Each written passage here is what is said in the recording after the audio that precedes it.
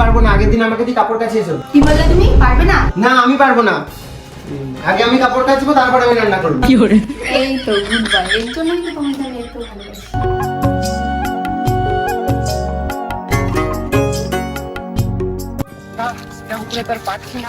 তবে 1 মাস হয়েছে তাতেই বউ পুরো মাথা কিনে নিয়েছে, যেটা বলছে সেটাই শুনতে হচ্ছে। এরম বউয়ের কথা চললে তো আমার লাইফটা পুরো শেষ হয়ে যাবে। কিছু একটা উপায় বার করতে হবে। এক কাজ করি, জয়কে ফোন লাগাই।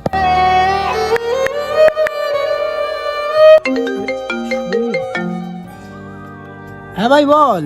এ ভাই দেখ, তোর বৌদি পুরো মাথা খেয়ে নিয়েছে, কোথাও যেতে দেয় না আমাকে। বাড়ির সব কাজ আমাকে দিয়ে করায়, কোথাও বেরোতে দেয় না। বিয়ের আগে মা বেরোতে দিত না, আর বিয়ের পরে বউ বেরোতে দিচ্ছে না।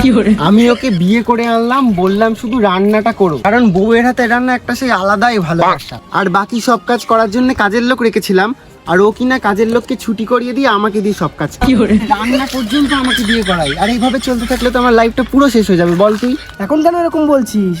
আগে তো বিয়ে করার জন্য খুব লাফাচ্ছিলি। আরে ভাই, তখন আমার বিবেক কাজ করেনি, হালকা আবেগ কাজ করেছিল, তাই আমি ওরকম করছিলাম। আর এখন বুঝতে পারছি কত জ্বালা বিয়ের পর।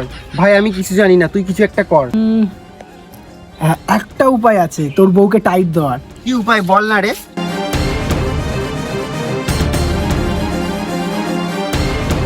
আরে ভাই হেভি আইডিয়া দিয়েছিস তো।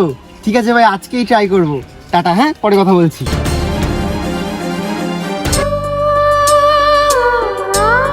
শোনা, কি করছো?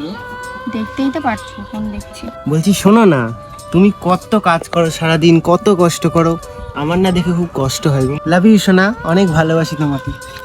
বাবা আজকে হঠাৎ এত ভালোবাসা দেখাচ্ছ, ব্যাপারটা কি? কই কোনো ব্যাপার না তো, তোমাকে তো আমি এরকমই প্রতিদিন ভালোবাসি। বলো। তাও আমার কেমন জানি সন্দেহ সন্দেহ হচ্ছে। ওসব সন্দেহ টন্দেহ ছাড়ো, চলো আজকে তোমায় নিয়ে ঘুরতে যাবো। বিয়ের পর তো আমরা কখনো কোথাও ঘুরতে যাইনি, আজকে তুমি আর আমি অনেক ঘুরতে যাবো, আর অনেক মজা আসবে। এখন এই দুপুর বেলায়? আরে হ্যাঁ গো, চলো এই দুপুর বেলায় তুমি আর আমি এক গাছের তলায় বসে অনেক গল্প করব, আরো অনেক কিছু পাবো। আচ্ছা ঠিক আছে, দাঁড়াও আমি একটু ফ্রেশ হয়ে আসি।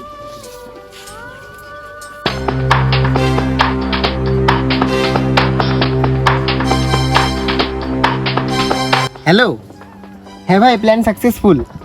ঠিক আছে।